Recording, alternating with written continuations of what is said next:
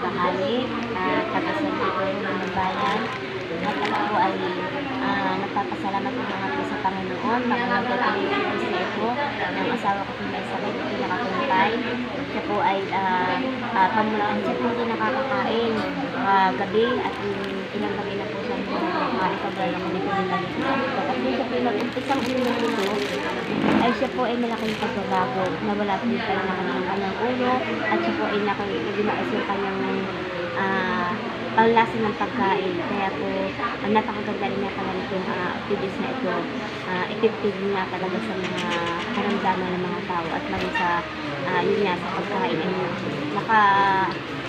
Nagkaroon siya ng, nabalik yung dating panglasa niya at nagkakaroon ng kagalingan. Kaya salamat sa herbal na gamot na ito.